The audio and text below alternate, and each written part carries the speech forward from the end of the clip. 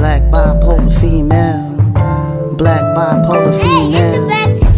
Black bipolar female. When I was young, I spent a lot of time doing schoolwork, and all of that time led to me being accepted into boarding school. And boarding school led to college, and college led to grad school. I spent all of this time away from my parents. I began to hope that I would have time in my life to spend with my parents since I didn't grow up with them. Thankfully for me, God answered my prayers, and I have now spent the last 10 plus years enjoying my life with my parents. Each new day with them is a blessing I never take for granted. They are a true joy in my life, and I look forward to all the time we have left together. When I arrived in New York from Boston, my top priority was making sure that my parents were okay. At first, they were a little hesitant and they didn't really feel like they needed my help. In fact, in the situation I arrived in from Boston, they were the ones who needed to help me.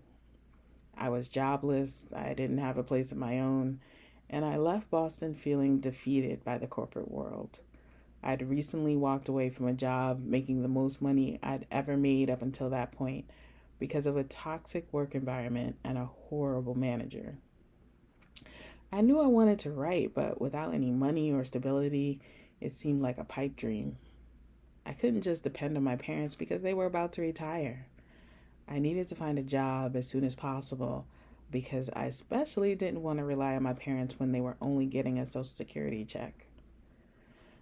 My parents have always told me to go to school and get a job.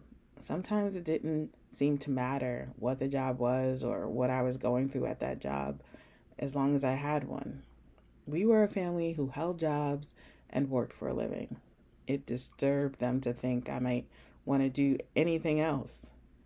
Don't get me wrong, going to school and getting a job is an excellent plan that works for just about everyone. It has worked for me. I just decided it's not the only thing I want to do with my life. I never imagined the pushback I would receive from so many different directions for pursuing an untraditional path.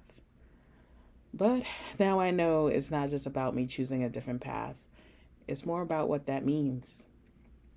I understand that by pursuing goals that other people don't have for me or that other people don't think I can achieve, it's a way of putting myself first. My hopes and dreams before what other people think is the right thing for me to do. But I had to stop living for others, especially for my parents. Their ideas and plans for my life put me on a good path. And my goal when I moved back home was to put them before me and make sure things were going well. But it's time for a reset. My rest and well being above all else. If not, there may not be a me at all.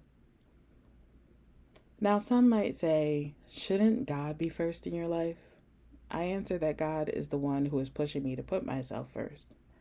I believe God has my best interest in mind, so it only makes sense for me to have my personal interests at the top of my mind. I feel that I am on the path I was meant to be on. By putting myself before others in my life, I am in fact putting God first.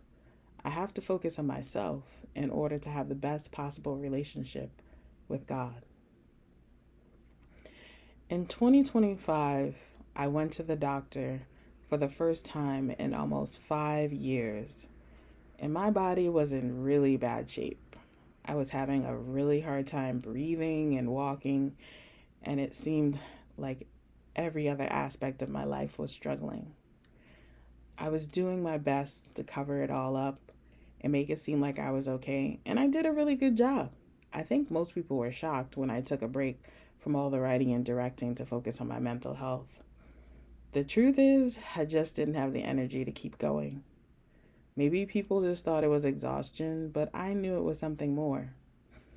In spite of everything I was going through, I still kept going with my father to doctor's appointments, working and being there for my mother when she needed me. In the meantime, my body was steadily falling apart.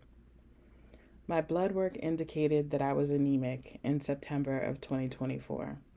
I felt I could wait until 2025 when my insurance changed, so I kept up appearances until then. By the time I met with my new primary doctor in February, my anemia was severe. And by the time of my hematology appointment in April, I needed immediate iron infusions.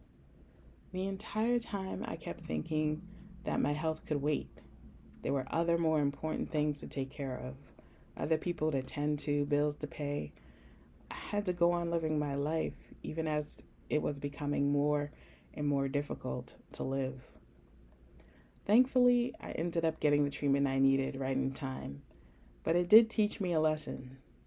Other people shouldn't be more important to me than I am to myself. Putting myself first for a change is also about having a certain sense of self-worth, because it means that I feel like I deserve to be first in my own life. And even though that makes perfect sense, it can sometimes seem like the needs of my family members or working to make a living are more important than anything I'm going through. But when I make decisions now, I stop and think about what it is I really want to do. And then I choose to do what's best for me. It's not selfish, it's self preservation. Black